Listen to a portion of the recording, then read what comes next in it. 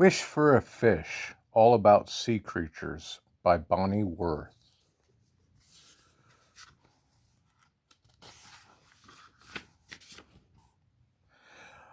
I'm the Cat in the Hat, and I hear that you wish to go down to the sea and visit the fish. So please climb aboard the SS Undersea Globber. It's made out of shark skin and very fine rubber.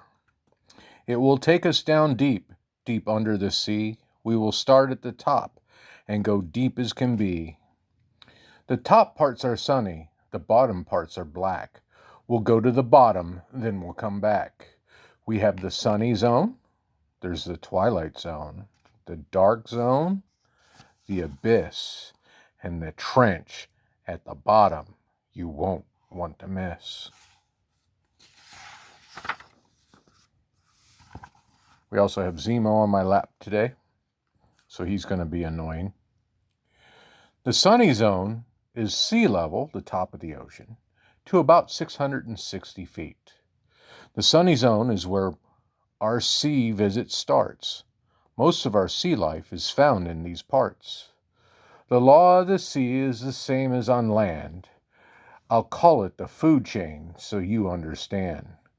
Big fish eat smaller fish, and so on until you get down to one of the tiniest, krill. If you're wishing for a fish, there are lots of them here. You'll see herring and mackerel swimming quite near. So we got mackerel and herring and perch and catfish and cod and, of course, thing one and sunny. Fish can lay eggs. They have fins and fish tails, and most fish have bodies all covered with scales. These scales are coated with slippery slime. The slime keeps out germs, at least most of the time. Fish open their mouths and they let water in. That's the gills job. That's when the gills job really starts to kick in. Gills sift through the water and they pull out the air. They help the fish find all the air that is there. See, it's showing you the gills right there. And we have the tail and the fin, and then there's another fin. The jellyfish is a most interesting fella. He looks kind of like a transparent umbrella. Stay away from these tentacles, those long stringy things. They stun prey by giving off hundreds of stings.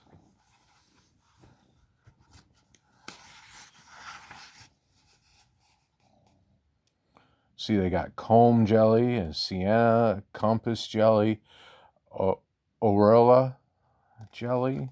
I got stung by a jellyfish once. So did Uncle Tom. He got it right on the lip.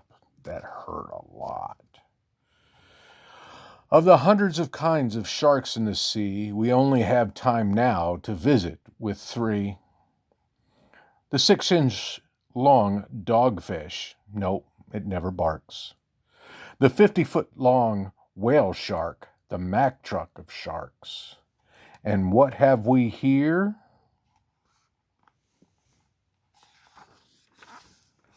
It's called a great white for its white belly, great teeth, and great, big, deep bite. A shark grows its teeth in neat rows in its face. When the front row wears out, the next row takes its place. Shark bodies are made of the same kind of stuff as your ears and your nose. That's what makes them so tough. The stuff is called cartilage. It folds and it bends, and when it's torn, the cartilage mends. What else can we see in this nice sunny water? Oh, say, see the manatee and her calf daughter. Manatees are mammals like you and me. They have lungs and give milks to their babies, you see. Another sea mammal we'll see is the whale. It's the largest of mammals we'll see without fail. The great whale family is split into two.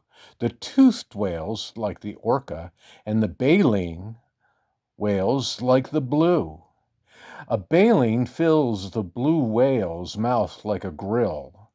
As water flows through it, it strains out the krill. The blue whale weighs tons, maybe 90 or more. It's bigger than even a big dinosaur. These toothed whales are orcas, and few can defeat them. They like to hunt seals and catch them and eat them. The narwhal's one tusk sticks out like a horn. It looks so much like a one-horned unicorn. All whales hold their breath when they dive down below, and when they come out, they let it out. When they come up, they let it out with a blow. And this is a right whale. Before we go deeper, let's all wave hello to our mammal pals dolphins and that's them down below. A dolphin can see in the night. Wonder why? Echolocation. It works like an eye. It sends out a click, and then the click bounces back. And the sound of that click helps the dolphin keep track of where it is going and which fish is where, and whether some foe, like a shark, might be there. Shake hands with an octopus, isn't it great? With arm after arm just for hugging. Yikes, hate! Dear Dick and sweet Sally, tell me, what would you think if I told you the octopus shoots out a dark ink? It squirts out the ink in some enemy's face and then swims away to a much safer place. The twilight zone is 660 to 3,300 feet. All of the fights that are fought in the sea, there's one that is the biggest, if you're asking me. Do I hear you asking? So I'm so glad you did. It's a sperm whale versus a giant squid. Like all whales, the sperm whale must come up for air, but this one can dive and then stay way down there for 2 hours or more at 3,000 feet, shopping for giant squid to eat.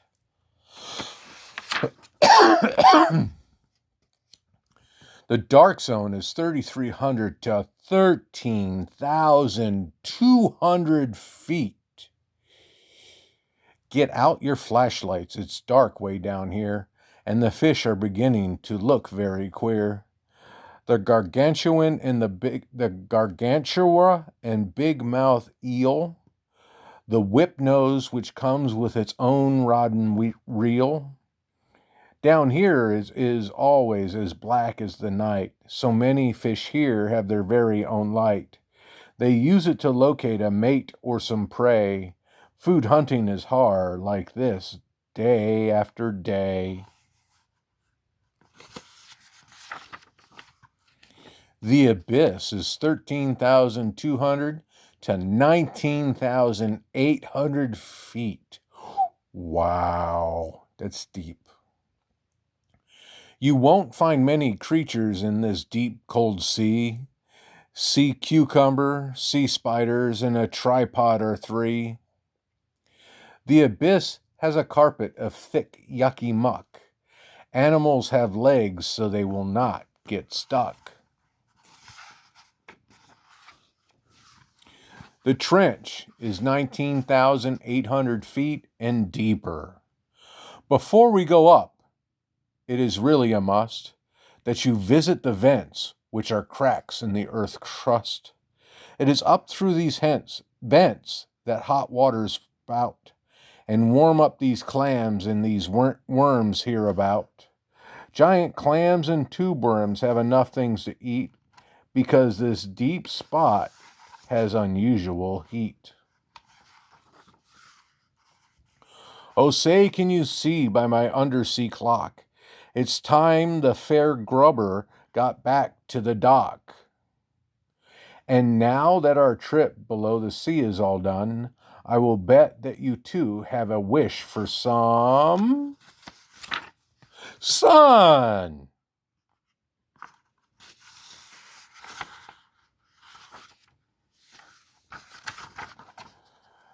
Well, you guys have a good night. And there's a glossary and some more books we can read another time.